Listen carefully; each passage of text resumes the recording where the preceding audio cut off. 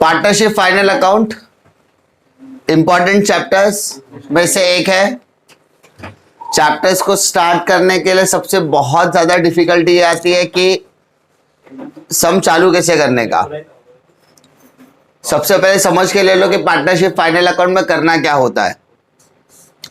सबसे पहले what is final account.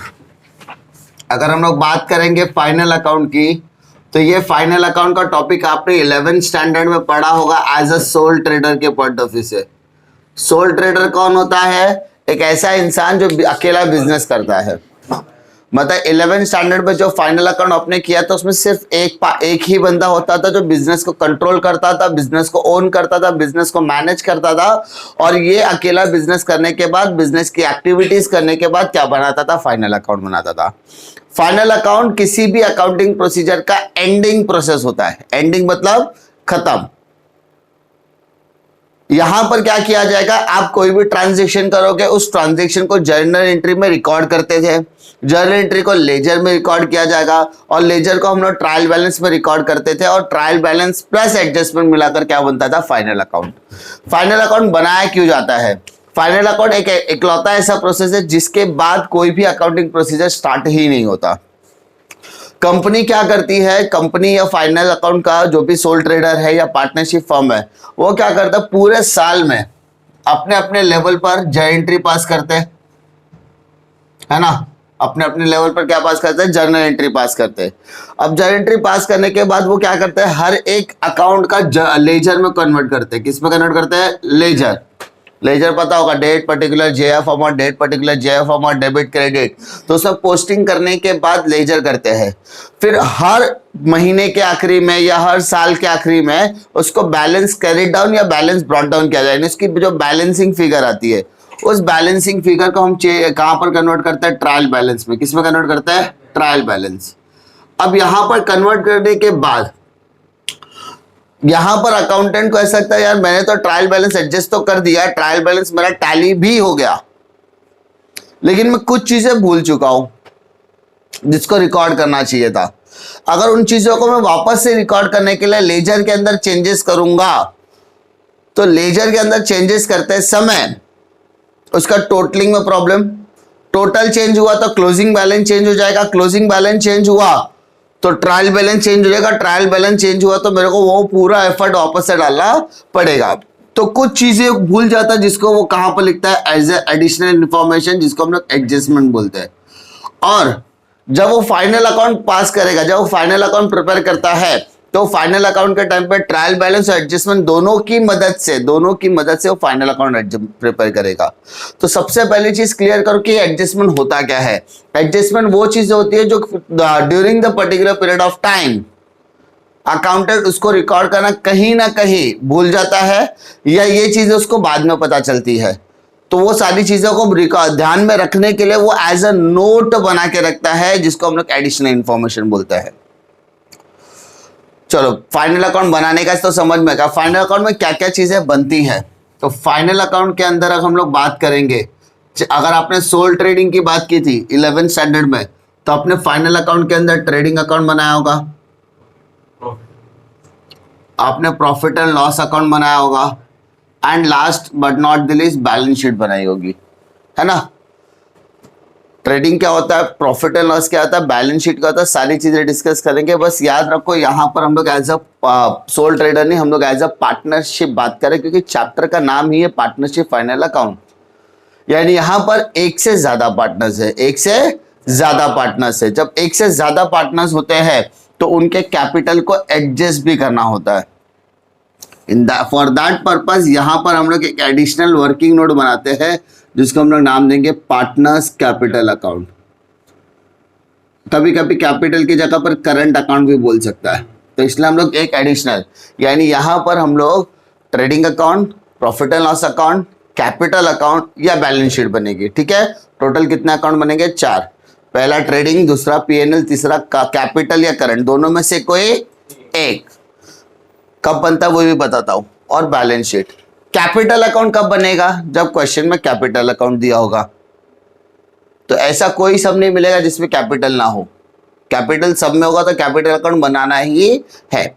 लेकिन अगर कैपिटल अकाउंट के साथ करंट अकाउंट भी दिया है, अगर क्वेश्चन में कैपिटल अकाउंट के साथ करंट अकाउंट भी दिया है, फॉर दैट पर्पस हम करंट अकाउंट बनाएंगे। तो सर कैपिटल का क्या करना है, कैपिटल को सीधा बैलेंस शीट में ट्रांसफर करना है, सिंपल। फिर बोल रहा हूं, क्या कह रहा हूं मैं, हम क्या करेंगे, अगर हमें क्वेश्चन में सिर्फ कैपिटल अकाउंट दिया, क्या दिया, सिर्फ कैपिटल अकाउंट, तो हम लोग क्या बनाएंगे, प्रिपेयर कैपिटल अकाउंट। लेकिन अगर क्वेश्चन में capital account plus current account दोनों दिया है तो क्या करेंगे, इन दैट केस हम लोग क्या बनाएंगे, करंट अकाउंट बनाएंगे। क्या बनाएंगे बेटा, करंट अकाउंट। तो सर ये कैपिटल का क्या करोगे, तब हम लोग इस कैपिटल को क्या करोगे, आप बैलेंस शीट लायबिलिटी में ट्रांसफर करोगे डायरेक्टली। कहां पे ट्रांसफर करोगे, बैलेंस शीट लायबिलिटी में। कोई दिक्कत, कैपिटल और करंट की बात कर रहे हैं, there are two accounts, capital और करंट। क्वेश्चन में सिर्फ कैपिटल दिया है, कैपिटल अकाउंट बनाओ। क्वेश्चन में करंट भी दिया है तो करंट अकाउंट बनाओ। तो सर कैपिटल को क्या करेंगे, इन दैट केस हम उसको लायबिलिटी में ट्रांसफर करेंगे। पहला चीज समझ में आया, ओके।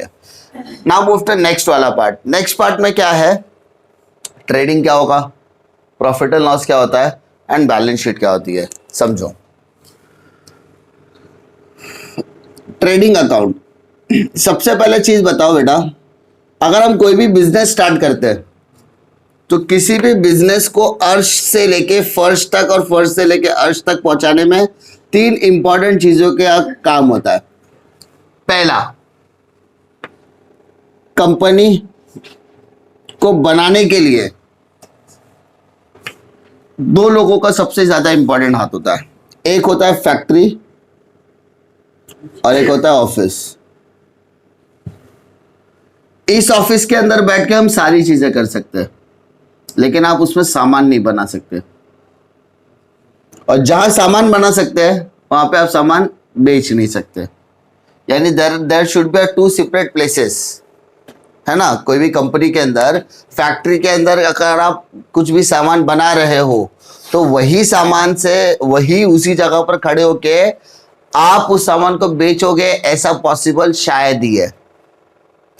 तो कंपनी को 3 इंपॉर्टेंट एस्पेक्ट पे डिवाइड किया गया है। पहला फैक्ट्री, दूसरा ऑफिस, तीसरा कंपनी। पहला क्या बोला, फैक्ट्री, दूसरा क्या बोला, ऑफिस, तीसरा क्या बोला, कंपनी। कंपनी सबसे इंपॉर्टेंट एस्पेक्ट मतलब फैक्ट्री। फैक्ट्री के ऊपर जो भी खर्चा हम करते हैं, फैक्ट्री के ऊपर जो भी खर्चा हम करते हैं उसको बोलेंगे डायरेक्ट एक्सपेंस। क्या बोलेंगे, डायरेक्ट एक्सपेंस। क्या बोला मैंने, फैक्ट्री के अंदर जो भी खर्चा हम करते हैं उसको क्या बोलेंगे, डायरेक्ट एक्सपेंस। अरे मान लो ऋतिक है, पढ़ाई लिखाई तो करेंगे नहीं, तो इन दैट केस अपन क्या करेंगे, उसको मम्मी ने बोला चल बेटा सुबह सुबह उठता है ना, बहुत अच्छा काम करता है, इडली बेच। अब बता, इडली बेचने के लिए इडली बनाना तो पड़ेगा। वो बनाने का प्रोसेस घर में होगा कि किचन में होगा, सिंपल सी बात है। एक जगह फिक्स है कि खाना बनने का कार्यक्रम उधर ही होने वाला है। वैसे ही जो भी प्रोडक्ट बनाने का कार्यक्रम है वहां कहां पर होगा, फैक्ट्री में, सिंपल। अच्छा, किचन में जाके वो खाना बनाएगा तो बनाने के लिए कुछ सामान लगेगा। जो सामान उसको लगेगा वो उसका डायरेक्ट है कि इनडायरेक्ट है, डायरेक्ट। भाई उसके बिना तो सामान बन ही नहीं सकता। इडली बनाने का तो चावल भिगाना पड़ेगा, उसको पीसना पड़ेगा, ठीक है। उसके बाद चटनी बनाने का तो नारियल लाना पड़ेगा, तो ये डायरेक्ट है, उसमें आप उसमें कॉम्प्रोमाइज नहीं कर सकते। तो कुछ खर्चे ऐसे होते हैं जिसको आप डायरेक्टली फैक्ट्री में डालते हो। चलो बनाने के लिए, चलो उसने चालू कर दिया। अब चालू करने के बाद उसने उसको बर्तन भी चाहिए कि हाथ से बनाएगा, वो बर्तन तो चाहिए ना, तो वो डायरेक्टली इनपुट भी देना पड़ेगा, डायरेक्टली सारी चीजें। तो जब आप कोई भी फैक्ट्री में कोई भी प्रोडक्ट को डेवलप करते हो, बनाते हो, तो कुछ खर्चे करते हो।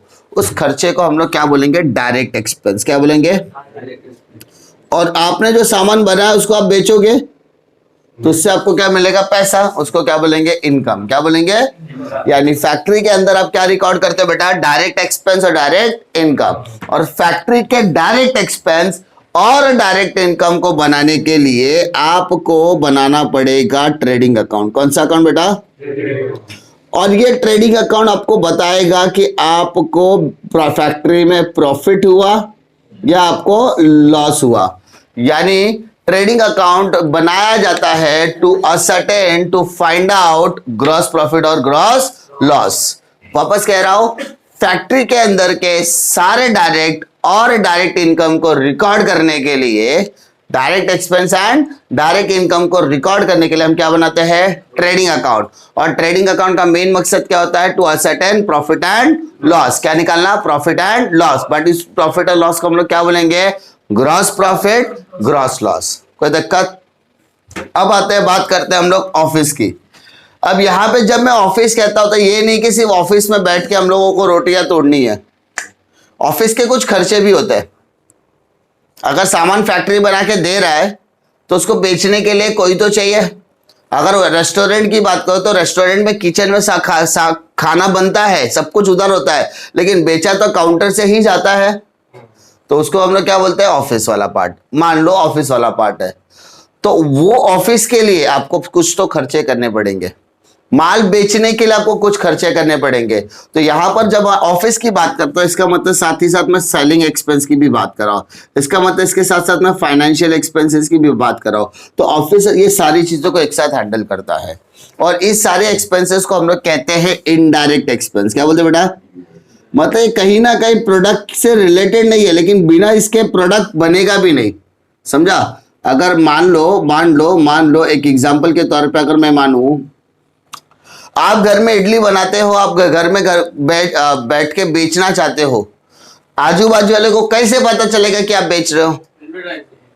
जब तक आप घर के बाहर एक पोस्टर नहीं लगाओगे तब तक उनको पता कैसे चलेगा कि आप बेच भी रहे हो? Simple.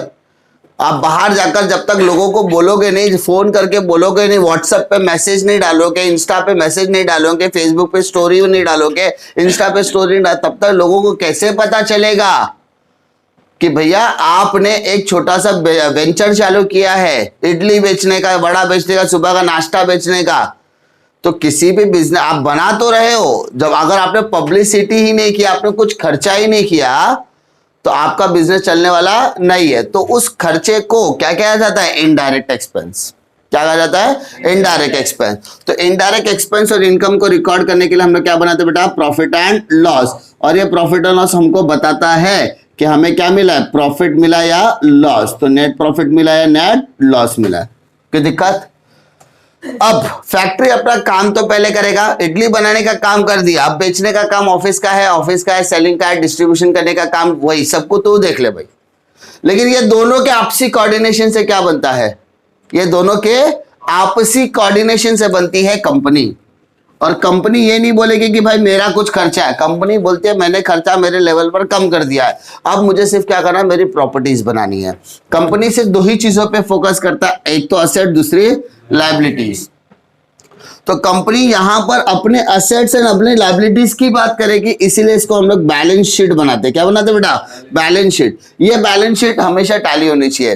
Balance sheet is not a account, it is a statement. Balance sheet account नहीं होता है। बैलेंस शीट क्या होता है? एक स्टेटमेंट होता है जिसके अंदर हम असेट भी लिखेंगे और लायबिलिटी भी लिखेंगे। असेट क्या होता है? प्रॉपर्टीज। लायबिलिटी कर्जा। सिंपल। तो यहां पर 3 लेवल पर हम लोग बनाते हैं। और to make it simple, balance sheet के अंदर सबसे ज्यादा अगर कोई इंपॉर्टेंट आइटम होगा वो होता है कैपिटल। कौन सा? कैपिटल। अब मेरे पास एक पार्टनर्स है तो एक कैपिटल अकाउंट बनेगा, 2 पार्टनर है 2 कैपिटल अकाउंट बनेगा, 3 पार्टनर है, जितने पार्टनर्स उतना कैपिटल अकाउंट। अगर मैं 11 के फॉर्मेट की बात करूं तो वहां पर हम लोग क्या करते थे? कैपिटल अकाउंट लिखते थे, उसमें 4-5 लाइन छोड़ देते थे। बट यहाँ पे एक से ज्यादा पार्टनर्स है तो ज्यादा लाइन भी लग सकती है। तो इसको, इस प्रॉब्लम को सॉल्व करने के लिए या इस प्रॉब्लम को सिंपल करने के लिए हम लोग एक कैपिटल अकाउंट भी एडिशनल बनाएंगे, जो हमको बैलेंस शीट को समराइज करने में क्या करेगा? मदद। मतलब पार्टनर से रिलेटेड कोई भी एक्सपेंसेस या कोई भी इनकम जो उनके कैपिटल को अफेक्ट करता है, उसे हम कहां रिकॉर्ड करेंगे? कैपिटल अकाउंट में। दिक्कत? फिर से कह रहा हूं कि फाइनल अकाउंट का मतलब क्या होता है? Final account is a combination of 3 activities. Final account कितनी एक्टिविटी से जुड़ा होता है? 3। पहला फैक्ट्री, दूसरा ऑफिस, तीसरा कंपनी।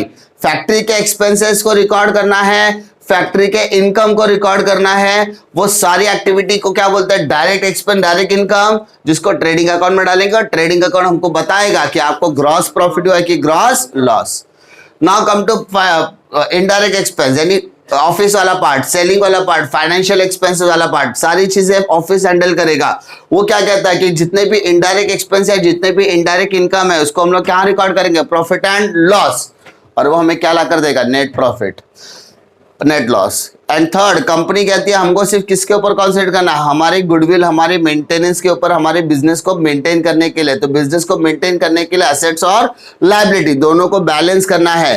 तो असेट्स और लायबिलिटी को बैलेंस करने को कहते हैं बैलेंस शीट। क्या कहते हैं? Balance sheet. ना तो ज्यादा कर्जा होना चाहिए, ना ही हमारे पास ज्यादा प्रॉपर्टी होनी चाहिए। हमारे पास दोनों चीजें क्या होनी चाहिए? बराबर होनी चाहिए।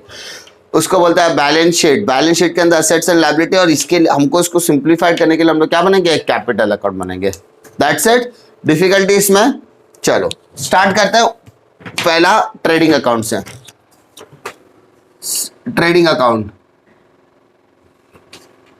अब मेरे को एक बात बताओ, ट्रेडिंग अकाउंट से रिलेटेड कुछ आइटम्स तो मैंने डिस्कस किए ऑलरेडी। अब ट्रेडिंग अकाउंट को एग्जैक्टली क्या क्या ऐसे आइटम्स है जो ट्रेडिंग अकाउंट में आ सकते हैं? तो सबसे पहला चीज याद रखो, सबसे पहला ओपनिंग स्टॉक। ओपनिंग स्टॉक क्या होता है? कोई भी बिजनेस स्टार्ट करो, ठीक है, तो बिजनेस स्टार्ट करने के लिए आप क्या डालते हो? पैसा डालते हो। लेकिन बिजनेस स्टार्ट होने के बाद हर रोज आप बिजनेस बंद करोगे, दूसरे दिन बिजनेस स्टार्ट करोगे, फिर बंद करोगे, चालू करोगे, ऐसा हर दिन होता है। लेकिन एक अकाउंटिंग ईयर खत्म होने के बाद, हमारा अकाउंटिंग ईयर नॉर्मली कब खत्म होता है? 31 मार्च को। तो 31 मार्च को दुकान बंद करते समय मेरे पास कुछ सामान बचा हुआ था। उस सामान को मैं 1 अप्रैल को खोलूंगा। 1 अप्रैल मतलब नया साल, क्योंकि अकाउंटिंग ईयर अप्रैल से लेके मार्च चलता है। तो कैलकुलेशन के बेसिस पर क्लोजिंग स्टॉक मिलेगा आपको 31 मार्च को। तो उसके दूसरे दिन से हमारा बिजनेस स्टार्ट होगा। उसको हम लोग 1 अप्रैल बोल सकते हैं, उसको हम लोग बोलेंगे ओपनिंग स्टॉक। बेटा अगर ओपनिंग स्टॉक डेबिट में आता है तो क्लोजिंग स्टॉक कहां पर आएगा? क्रेडिट में। कोई तकलीफ इसमें? हाँ है ना। फैक्ट्री का आइटम है, घर पे कुछ सामान बचा रहे तो सामान तो यूज करोगे। ऐसा नहीं कि हर सामान घर नया लेके आने का। अच्छा नमक कम पड़ गया तो नमक भी लाएंगे? नहीं, घर पे है ना, नमक यूज करो। वैसे से कुछ सामान अपने पास ऑलरेडी रहता है। दूसरा परचेस माइनस परचेस रिटर्न, तो वैसा ही सेल्स माइनस सेल्स रिटर्न, तो by sales minus sales return. ये 6 ऐसे आइटम्स है जो हर क्वेश्चन में आपको देखने के लिए मिल सकता है, इसलिए उसको कंपलसरी आइटम्स बोलते हैं। लेकिन उसके अलावा कुछ और खर्चे होते हैं जो फैक्ट्री में करना जरूरी है। पहला, फैक्ट्री के अंदर मशीनरीज आएगी, उस मशीनरी को तेल पानी लगेगा, टाइम टू टाइम रिपेयरिंग लगेगी, टाइम टू टाइम आपको तेल पानी देना पड़ेगा। आपके पास इलेक्ट्रिसिटी होनी चाहिए, आपके पास वर्कर काम करते हैं उनको पगार भी देना है ना। सामान लाने के लिए भी कुछ खर्चा होगा, ट्रैवलिंग का खर्चा होगा, ट्रांसपोर्टेशन का खर्चा होगा। तो उसको हम लोग क्या बोलते हैं? सारे के सारे एक्सपेंसेस को हम कहाँ लिखा करेंगे? Debit side. कहां पर? Debit side. वापस बोल रहा हूं, ट्रेडिंग अकाउंट के अंदर 2 साइड होंगे। कितने साइड? 2 साइड। एक तो डेबिट, दूसरा क्रेडिट। डेबिट साइड में क्या रिकॉर्ड करोगे? सारे के सारे एक्सपेंसेस, सारे के सारे एक्सपेंसेस। और क्रेडिट साइड में क्या रिकॉर्ड करोगे? सारे के सारे इनकम। तो किसी भी ट्रेडिंग अकाउंट में सिर्फ एक ही इनकम होता है, दैट इज सेल्स। क्या होता है? सेल्स। इसके अलावा हम जो भी आइटम क्रेडिट में लिखते हैं वो सिर्फ और सिर्फ परचेस का एडजस्टमेंट होता है। मतलब goods destroyed by fire, goods taken by partner, goods stolen, goods distributed as free sample. ये जो आइटम्स आप देखोगे क्रेडिट साइड में वो सारे के सारे आइटम्स परचेज से कहीं ना कहीं लेस होने चाहिए, लेकिन हम लोग क्या करते हैं, उसको एडजस्ट करते हैं। क्या करते हैं? एडजस्ट। क्यों एडजस्ट करते हैं? क्योंकि ये आइटम्स को अगर हम प्लस माइनस करें तो शायद परचेज की जगह लंबी जा सकती है, इसीलिए उसको एडजस्ट करके हम लोग कहां लिखते हैं? Credit side. कहां लिखते हैं? वापस कह रहा हूं, ट्रेडिंग अकाउंट में दो साइड होते हैं, एक होता है डेबिट, दूसरा होता है क्रेडिट। डेबिट के अंदर सारे के सारे एक्सपेंसेस आ जाएंगे।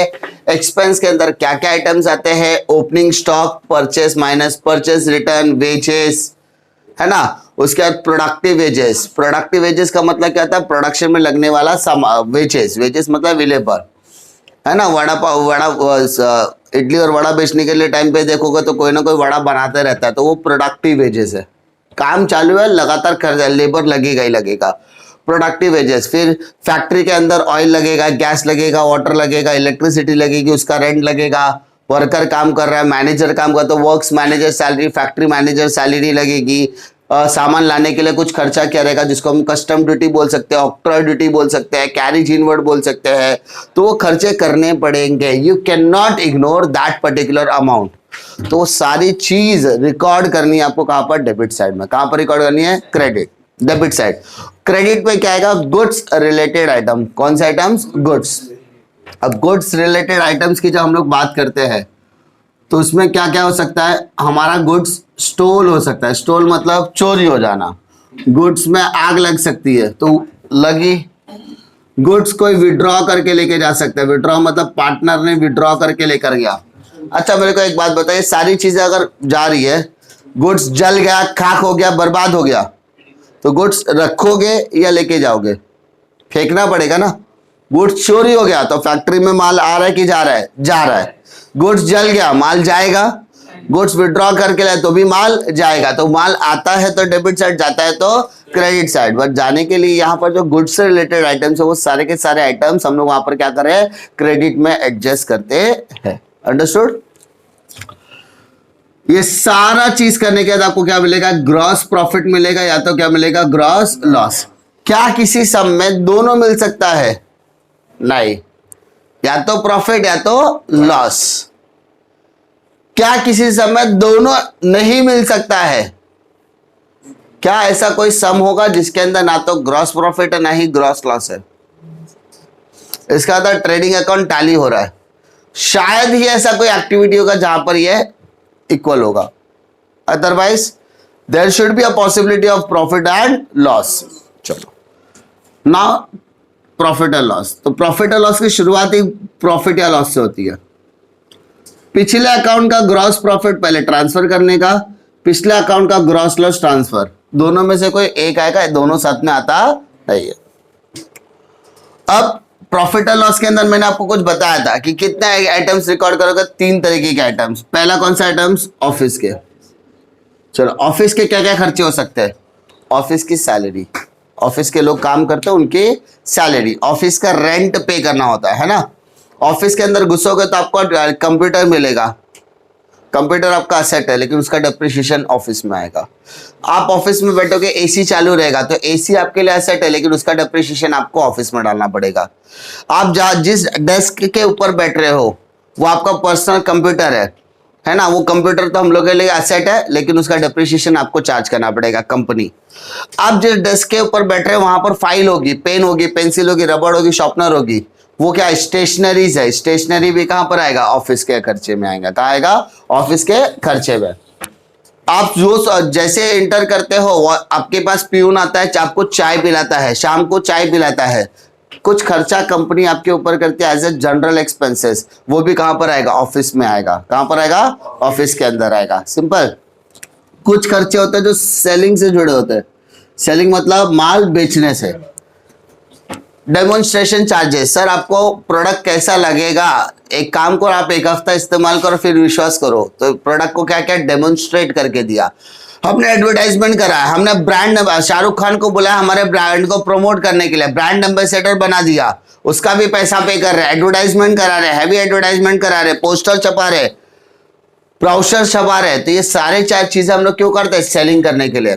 हमने शोरूम में हमारा प्रोडक्ट लगा के रखा है, हमने एग्जीबिशन रखा है, ट्रेड फेयर एक्सपेंस रखा है, ठीक है। तो ये सारी चीज हम क्यों करते हैं? हमारे प्रोडक्ट को बेचने के लिए। हमारा प्रोडक्ट अभी भी नहीं बिक रहा है तो भी साथ में साथ हम लोगों ने सेल्समैन भी अपॉइंट किया, वो घर घर जाके बताता है कि मैडम ये अच्छा है वो अच्छा, तो ये सारी ट्रेड सेल्समैन एक्टिविटी हो गई। वो भी कहां पर आएगा, सेलिंग में आएगा। सेलिंग बोला मतलब वो भी कहीं ना कहीं किसका हिस्सा है, प्रॉफिट एंड लॉस। उसकी सैलरी, सेल्समैन की सैलरी, जिस जगह पर आप काम कर रहे हो उसमें वैन वगैरह भी लगा, डिलीवरी वैन लगेगी, तो डिलीवरी वैन आपके लिए असेट है, लेकिन उसका डेप्रिसिएशन सेलिंग में आएगा। समझा? तो कुछ खर्चे सेलिंग के पॉइंट ऑफ व्यू, सेल के पॉइंट ऑफ व्यू से भी होता है। अगर ये खर्चा करोगे नहीं तो आपका माल शायद ही बिकेगा। उसके बाद एक खर्चा होता है financial expense. Financial expense, sir ये फाइनेंशियल एक्सपेंस में क्या आएगा, आपने किसी से लोन लिया तो आपको उसको इंटरेस्ट देना है। लोन आपके लिए कर्जा है, लायबिलिटी है, तो उसका इंटरेस्ट आपको पे करना है। आपने काम करवा के लिया, आपने काम करवा के लिया लेकिन आपने पगार नहीं दिया, आउटस्टैंडिंग बोल सकता है, फाइनेंशियल एक्सपेंसेस बोल सकता है।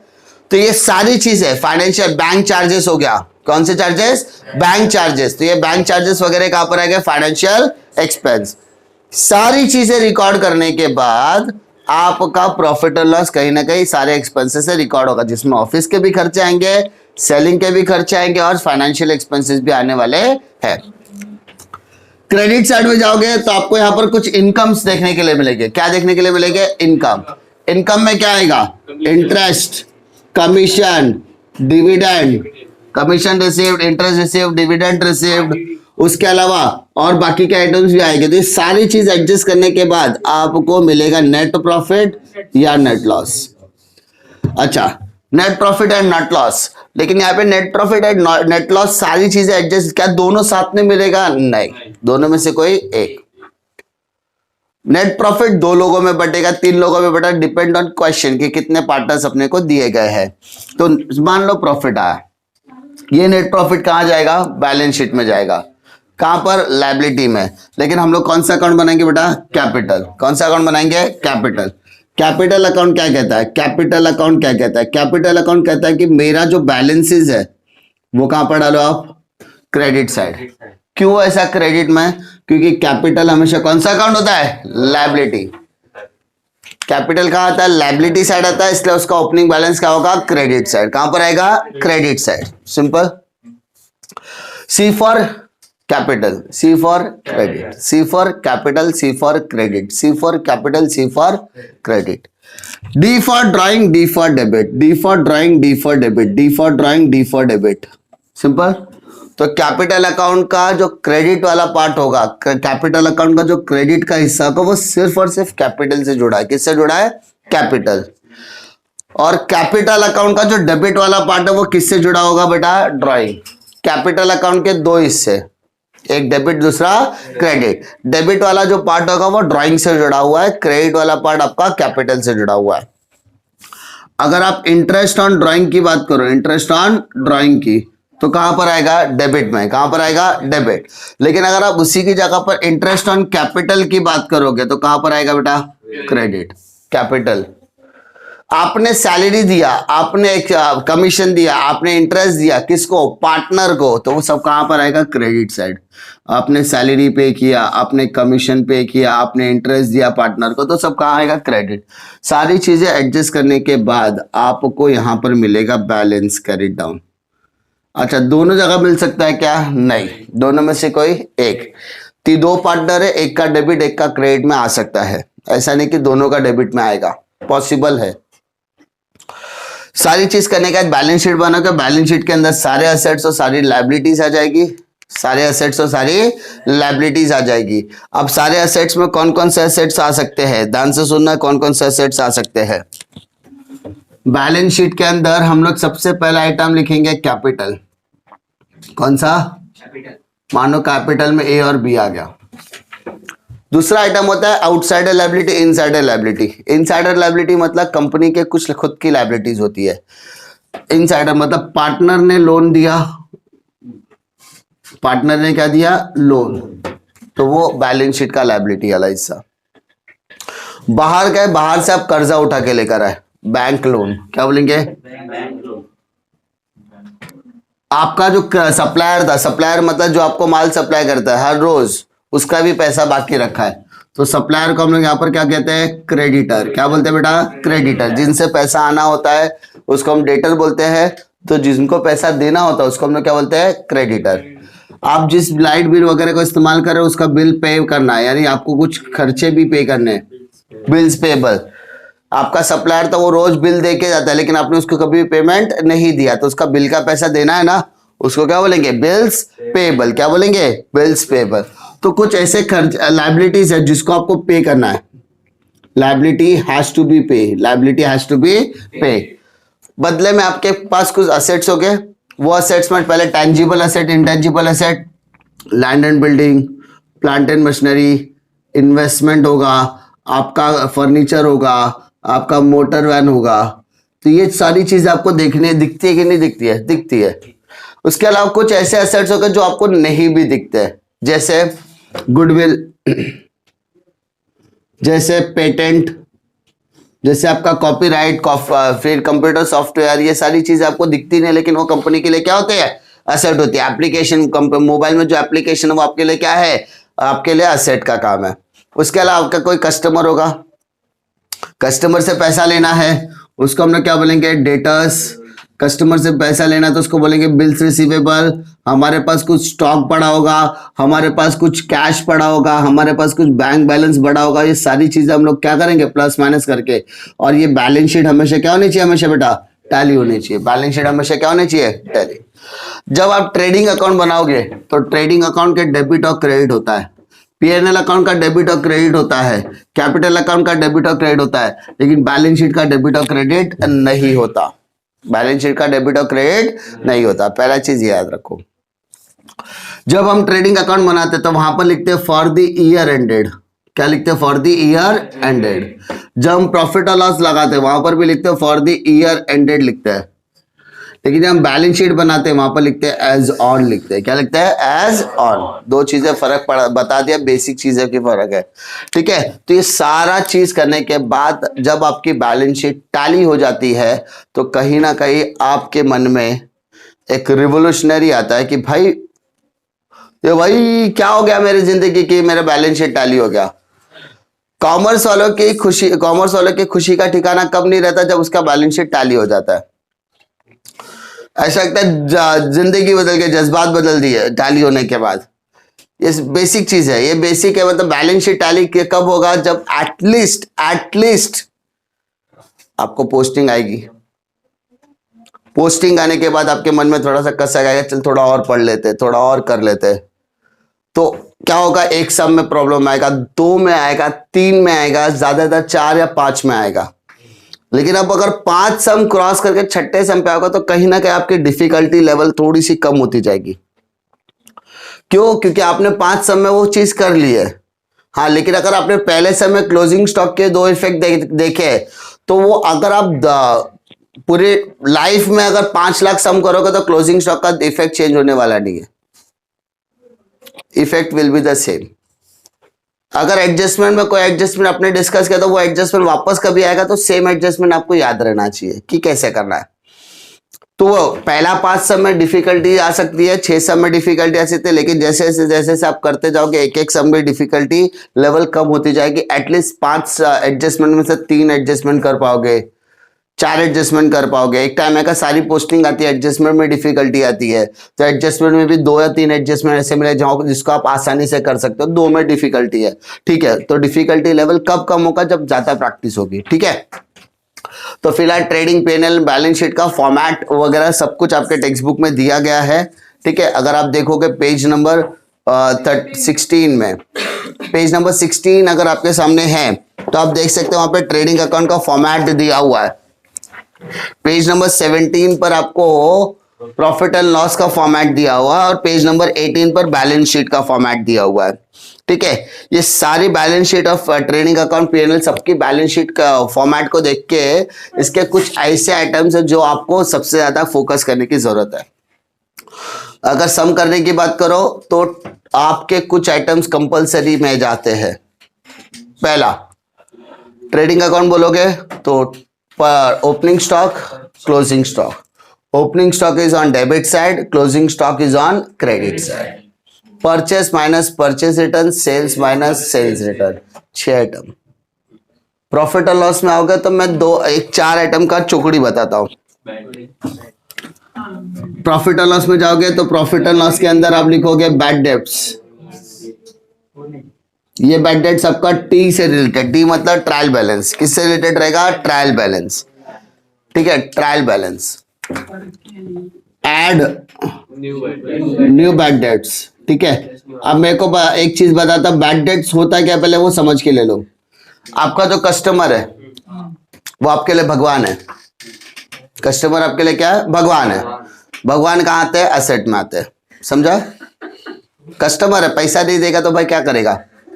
उसको बोले ना भाई पैसा दे, भाई पैसा दे, भाई पैसा दे, ठीक है। वैसे आप लोग मेरे लिए क्या हो? डेटर्स हो, तो पैसा दो। तो डेटर्स पैसा देता है, अभी नहीं देगा, फ्यूचर में देगा। मजा तो लेके गया, पैसा तो, सामान तो बेच ही दिया ना मैंने, लेकिन अब पैसा रिकवर करने में टाइम लगेगा। उस कस्टमर को हम लोग क्या बना देते हैं? डेटर्स बना देते हैं। अब वो डेटर्स में से कुछ लोग रहते हैं जो हमें धोखा देके जाते हैं, है ना।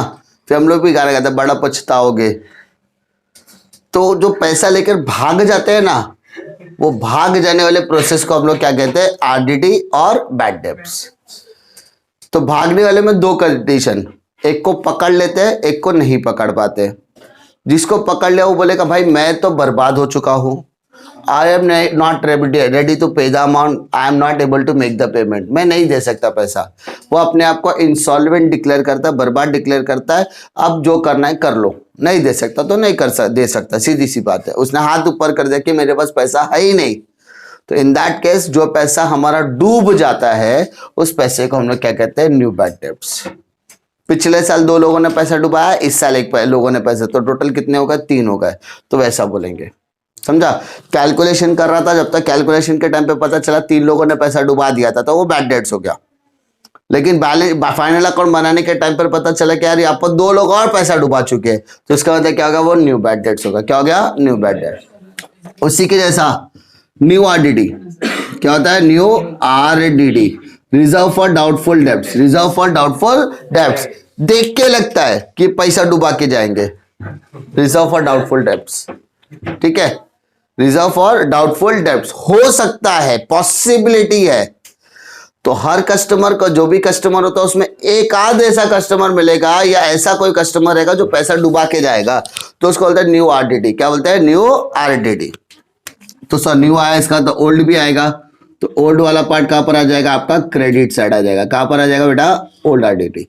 ये ओल्ड आरडीडी को मैं इसलिए यहां पर माइनस नहीं कर रहा हूं, ये ओल्ड आरडीडी को मैं इसलिए माइनस नहीं कर रहा हूं, कभी कभार आप जब एडजस्ट करते हो तो आपका जो बैलेंसिंग अमाउंट होता है वो निगेटिव आ जाता है, यानी फाइनल अमाउंट जो होता है ना वो निगेटिव आता है, जिस वजह से आपको पूरा कैंसिल करके उसका रिवर्स इफेक्ट डालना होता है। तो to make it simple, debit वाला डेबिट में डालो, क्रेडिट वाला क्रेडिट में डालो। जब आप ट्रायल बैलेंस की बात करो तो ट्रायल बैलेंस में 2 साइड होंगे, एक डेबिट और क्रेडिट। ट्रायल बैलेंस का डेबिट में आपको बैड डेट्स मिलेगा, क्रेडिट में आपको आरडीडी मिलेगा। तो बैड डेट्स को डेबिट में डालो, क्रेडिट को क्रेडिट में डालो। उसके अलावा बैलेंस शीट की जब बात करोगे तो बैलेंस शीट में कुछ कंपलसरी आइटम्स होंगे। सबसे पहला कंपलसरी आइटम आपका होगा कैपिटल अकाउंट, स्टॉक, कैश और बैग। इसको हम लोग क्लोजिंग स्टॉक बोलते हैं। क्या बोलते हैं? Closing stock. तो ये कंपलसरी आइटम है। कैपिटल अकाउंट के अंदर 2 कंपलसरी आइटम्स है, कैपिटल अकाउंट का बैलेंस और ड्राइंग का बैलेंस। कैपिटल अकाउंट का बैलेंस और ड्राइंग, सिंपल, ये कंपलसरी आइटम्स। तो टोटल कितने कंपलसरी आइटम्स बोला? जब मैं कंपलसरी आइटम्स बोलता है इसका मतलब ये नहीं कि हर सब में मिलेगा, मिल सकता है, बट ये आइटम्स को आपको याद करने की जरूरत नहीं है। मेजॉरिटी केसेस में आपको याद करने की जरूरत नहीं पड़ेगी, ठीक है। ट्रेडिंग अकाउंट की बात करते हैं। ट्रेडिंग अकाउंट में कितने कंपलसरी आइटम्स है? टोटल 6। पहला कौन सा? Opening stock, closing stock, purchase minus purchase return, sales minus sales return. Profit और लॉस लो। प्रॉफिट और लॉस में total 4 items, bad debts plus new bad debts plus new RDD, old RDD, credit side, simple. Capital की बात करो, capital में 2 side, debit और credit. Debit में ड्राइंग आएगा, क्रेडिट में कैपिटल आएगा। कैपिटल को बोलते हैं बैलेंस। क्या बोलते हैं? Balance, simple. एसेट की बैलेंस शीट में जाओ, बैलेंस शीट में पहला आएगा कैपिटल अकाउंट। कैपिटल अकाउंट में पार्टनर्स का नाम आ गया। असेट पे जाओ, 3 items, closing stock, cash in hand, cash at bank, simple 3 items. इतने आइटम्स आपको हर समय कहीं ना कहीं देखने के लिए मिलेंगे। इतना आइटम्स का पोस्टिंग करने का भी जरूरत नहीं है, करके रखो, आया तो लिखो, नहीं है तो डैश मारो, सिंपल सी बात है, ठीक है। लेकिन अगर इतना 14 जितने भी आइटम्स मैंने डिस्कस किया, एटलीस्ट उतना तो लिखने की जरूरत पड़ेगी आपको, ठीक है। मैंने कुछ बताया था स्टार्टिंग से, मैंने बताया कि भाई जब हम लोग फाइनल अकाउंट बनाते हैं तो फाइनल अकाउंट के अंदर ट्रायल बैलेंस भी दिया होता है और एडजस्टमेंट भी। अब हम लोग बात करते हैं एडजस्टमेंट। तो मैं कुछ एडजस्टमेंट सिखाने से पहले बेसिक टर्मोलॉजी सिखा देता हूं। कौन सी? पहला, एक फॉर्मेट होता है, कुछ बेसिक टर्म्स होते हैं जिसको समझना जरूरी है। आउटस्टैंडिंग, आउटस्टैंडिंग मतलब पैसा देना बाकी है या पैसा लेना बाकी है। अगर आप बोलोगे तो फीस आप लोग का देना बाकी है और वही फीस मुझे लेना बाकी है, तो मेरे लिए वो रिसीवेबल है, आपके लिए वो पेएबल है, तो आउटस्टैंडिंग। लेकिन हमेशा आउटस्टैंडिंग जो होगा वो हमेशा क्या होगा? प्लस। उसी तरीके से प्रीपेड, जिसको हम लोग क्या बोलते हैं बेटा? एडवांस। क्या बोलते हैं? एडवांस। एडवांस हमेशा क्या होता है? माइनस। आउटस्टैंडिंग हमेशा क्या होता है? प्लस। एडवांस हमेशा क्या होता है? माइनस, जिसको हम लोग प्रीपेड या प्री रिसीव्ड बोलते हैं। डेप्रिसिएशन हमेशा क्या आएगा? माइनस। एप्रिसिएशन हमेशा क्या आएगा? प्लस। आरडीडी हमेशा क्या आएगा? माइनस। बैड डेट्स हमेशा क्या आएगा? माइनस, ठीक है। बैड डेट्स हमेशा क्या आएगा? Minus. Right of, right of, right of, return of बोलते हैं, राइट ऑफ हमेशा क्या आएगा? माइनस। समझा? वापस, आउटस्टैंडिंग हमेशा क्या आएगा? प्लस।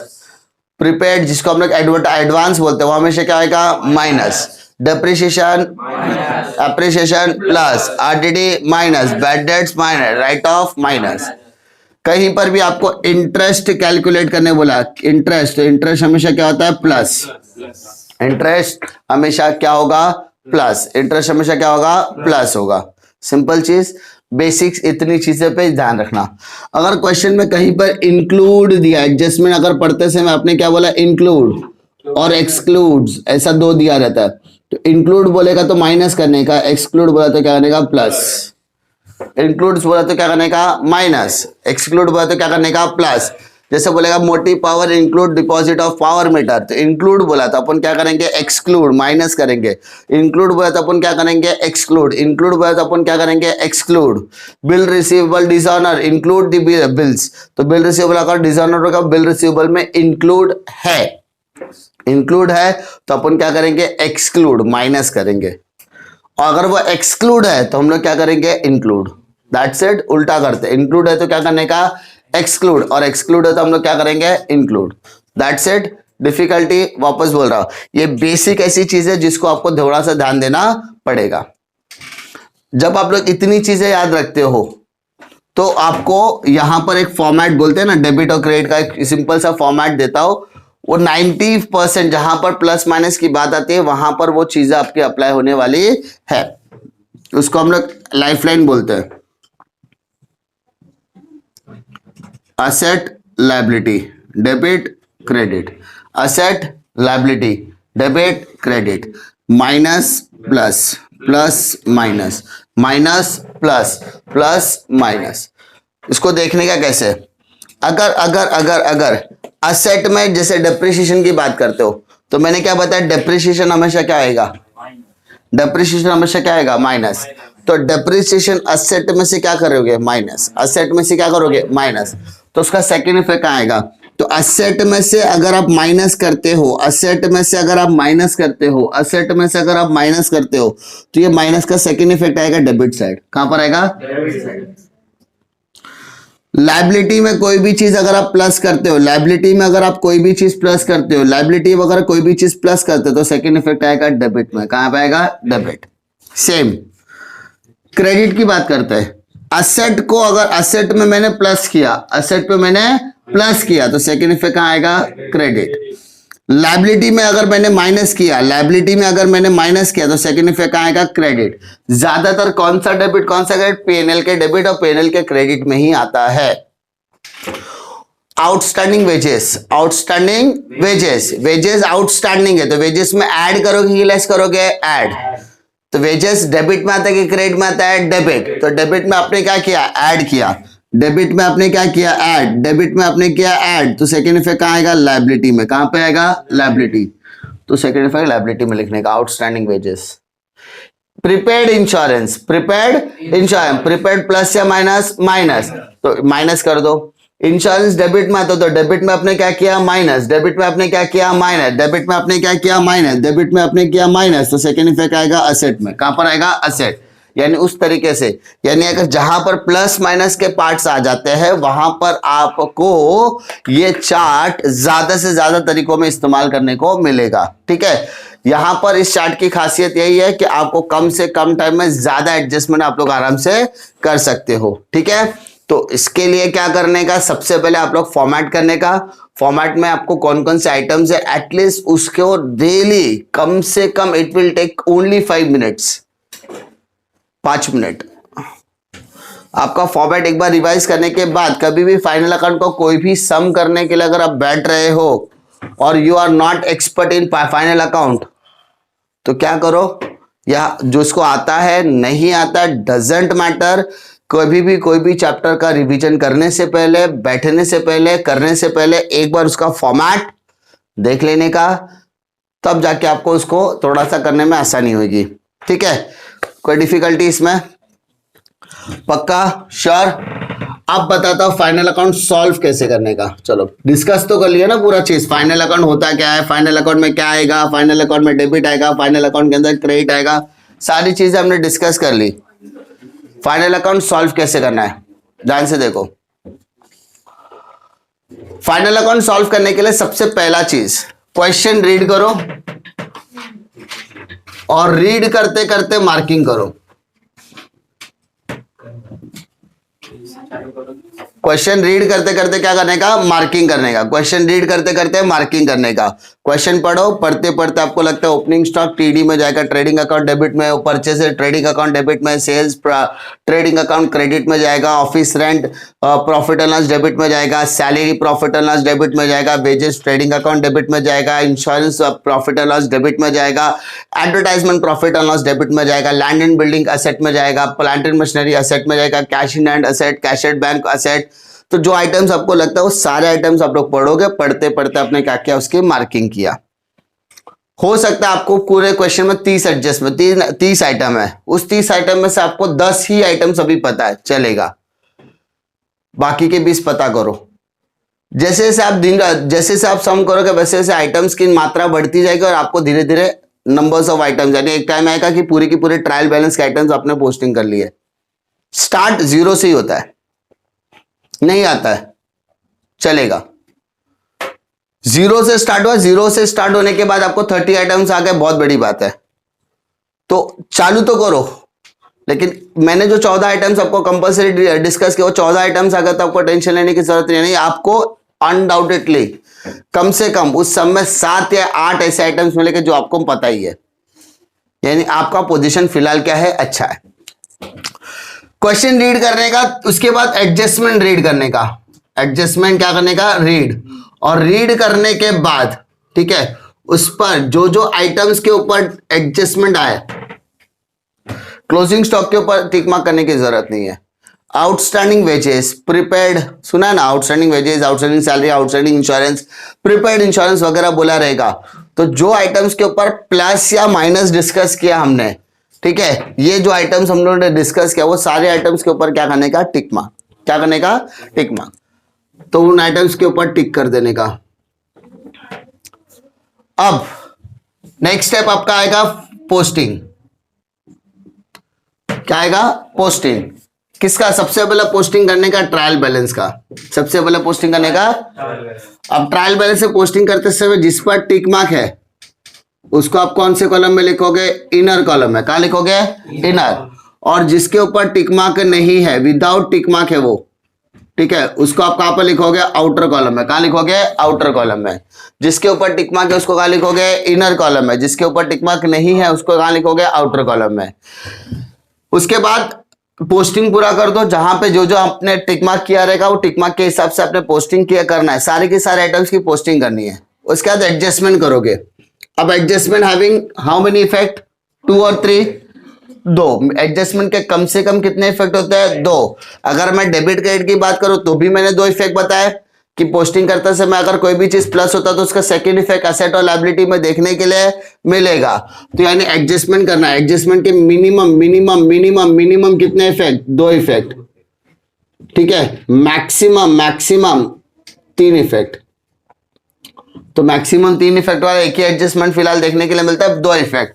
और 2 इफेक्ट में एटलीस्ट उस एडजस्टमेंट में से 5 या 6 एडजस्टमेंट अगर दिया है उसमें से 1, 2 और 3 से भी स्टार्ट किया, यानी 2 एडजस्टमेंट आ रहा है, 1 एडजस्टमेंट आ रहा है, 3 एडजस्टमेंट आ रहा है तो भी सफिशिएंट है। फाइनल अकाउंट करते समय स्टूडेंट का मोस्ट फेवरेट होता है क्लोजिंग स्टॉक, जिसको कभी भूलना नहीं चाहिए। क्लोजिंग स्टॉक का 2 इफेक्ट नहीं आता तो बेटा जिंदगी में तूने कुछ किया ही नहीं, क्योंकि हमने कंपलसरी पोस्टिंग में डाल के रखा है ना। सिर्फ आपको कंपलसरी पोस्टिंग ही याद रखनी है। उसके बाद हम लोग बात करेंगे आउटस्टैंडिंग की, वेजेस की, outstanding, prepaid, depreciation, appreciation, right of, RDD, bad debts. ये ऐसे आइटम्स होते हैं जिसको कंपलसरी आपको पता ही होना चाहिए। क्यों, क्योंकि हर सम में आपको देखने के लिए मिलता है, हर सम में देखने के लिए मिलता है। तो एडजस्टमेंट करने का, और जब आपके सारे एडजस्टमेंट हो जाएंगे, सारे एडजस्टमेंट हो जाएंगे तो ही टैली के लिए जाने का, तो ही टैली के लिए जाने का। और टैली करने के लिए आपको सबसे पहले कौन सा अकाउंट क्लोज करना है, ट्रेडिंग। आपको वहां पर क्या मिलेगा, ग्रॉस प्रॉफिट या ग्रॉस लॉस। उसका gross profit gross loss transfer करोगे प्रॉफिट एंड लॉस में, आपको मिलेगा नेट प्रॉफिट नेट लॉस। उसके बाद आपको वहां पर कैपिटल अकाउंट अगर आपने बनाया तो उसको क्या करना, बैलेंसिंग करना, बैलेंस कैरिड डाउन, और उसको आपको बाद में बैलेंस शीट में ट्रांसफर करना। बैलेंस शीट को क्या करना है, टैली। अगर आपकी बैलेंस शीट टैली हो गई तो टेंशन नहीं लेने का, नहीं हो रही है तो थोड़ा सा दिक्कत है, फिर समझना पड़ेगा कि आपको ने गलती किधर किया। अच्छा, बैलेंस शीट टैली होने के 3 रीजन, प्रॉपर पोस्टिंग है, प्रॉपर मार्किंग है, प्रॉपर एडजस्टमेंट क्या, टैली हो जाएगा। टैली ना होने के 3 इंपॉर्टेंट रीजन। पहला, आपने सब कुछ बरोबर किया तो भी टैली नहीं हो रहा है, तो इसका मतलब आपका प्लस माइनस में दिक्कत है। तो उसके लिए 7 बजे वाली बैच में आने का, 7वीं बच्चे के साथ, उसको प्लस माइनस सिखाएगा मैं। दूसरा, आपने कोई अमाउंट गलत लिखा है, 1300 लिखने की जगह पर आपने 3100 लिख दिया, 13000 की जगह पर 1300 लिख दिया। अमाउंट में गड़बड़ हो सकता है, उस अमाउंट में गड़बड़ होने की वजह से, अच्छा इसको चलता है क्या, नहीं। क्यों, क्योंकि आपका बैलेंस शीट टैली नहीं होगा, अमाउंट में लिखने में गड़बड़ी हो गई। तीसरा, calculation mistake, multiplied plus minus divide करने में अगर गलती हो रही है तो वहां पर भी, ये 3 इंपॉर्टेंट रीजन कैसे बैलेंस शीट टैली नहीं होता है। तो गुणा भाग जोड़ घटाना ये इंपॉर्टेंट चीज है, प्लस माइनस डिवाइड और मल्टीप्लीकेशन नहीं आ रहा तो थोड़ा सा दिक्कत है। छोटे भाई बहनों के साथ बैठने का, उनको बोलने का मेरा छोटू बेटा, बेबी, बाबू, मेरे को थोड़ा प्लस माइनस दे, मैं करके दिखाता हूँ। वो पहले तुम उनको सिखा देता, वो तुमको सिखाएंगे, डिवाइड भी सिखाएंगे, 12 महीना कैसे डिवाइड करने का। तो कभी भी वो सारी चीजें आप लोग का क्या करने का, वो बेसिक्स करने का। बेसिक करने के बाद आप क्या करोगे, उसको प्लस माइनस करके एडजस्ट करना है। और अगर आपका बैलेंस शीट टैली होता है तो बाकी सारी चीज छोड़ दो, इसका मतलब आप सुकून की सांस लेके रात को सो सकते हो, क्योंकि आपका बैलेंस शीट टैली हो गया है। फिर बता रहा हूं, फाइनल अकाउंट करने के लिए, ठीक है, आपको सिर्फ और सिर्फ कम से कम 25 से 30 मिनट का समय लगेगा, 25 to 30 मिनट। 12 मार्क का फाइनल अकाउंट आपके सिलेबस में है, तो 12 मार्क का इतना टफ सम भी नहीं देगा जो टेक्स्ट बुक में दिया है, लेकिन इतना लेवल गिरा के भी सम नहीं देगा कि करके और निकल गया तो भी बैलेंस शीट टैली नहीं हो रहा है। तो बैलेंस शीट टैली करने के लिए अगर मैं 15 आइटम्स और 5 एडजस्टमेंट वाला सम दूंगा ना तो भी बैलेंस शीट टैली होता है, और 150 आइटम और 660 एडजस्टमेंट दूंगा तो भी टैली होता है। फर्क होता है कॉन्सेप्ट का, कि आपने कितना उसको प्रैक्टिस किया है। आपको भर भर के मैं आइटम्स दे दूं, आपको 6 पेज का ट्रेडिंग, 6 पेज का पीएनएल, 6 पेज का बैलेंस शीट बनाओ तो भी बैलेंस शीट टैली होता है लोगों का। क्यों? क्योंकि उसमें आइटम्स मैटर नहीं करता, नंबर ऑफ एडजस्टमेंट मैटर नहीं करता, मैटर करता है कॉन्सेप्ट, और कॉन्सेप्ट मतलब एटलीस्ट प्रैक्टिस। जिंदगी में अकाउंट्स किसी के सिखाने से नहीं आएगा, खुद के करने से आएगा। ये चीज याद रखना, अदरवाइज जिंदगी में कभी अकाउंट्स नहीं आएगा। ठीक है, फिलहाल आज के लिए पूरा का पूरा हम लोग ने देखा फाइनल अकाउंट वगैरह। तो आप लोग का काम सिर्फ यही रहेगा, घर पे जाने का, ट्रेडिंग देखने का, पेनल देखने का, बैलेंस शीट देखने का, कुछ एडजस्टमेंट देखने का, तब जाके आपको डिफिकल्टी नहीं आएगा। ठीक है।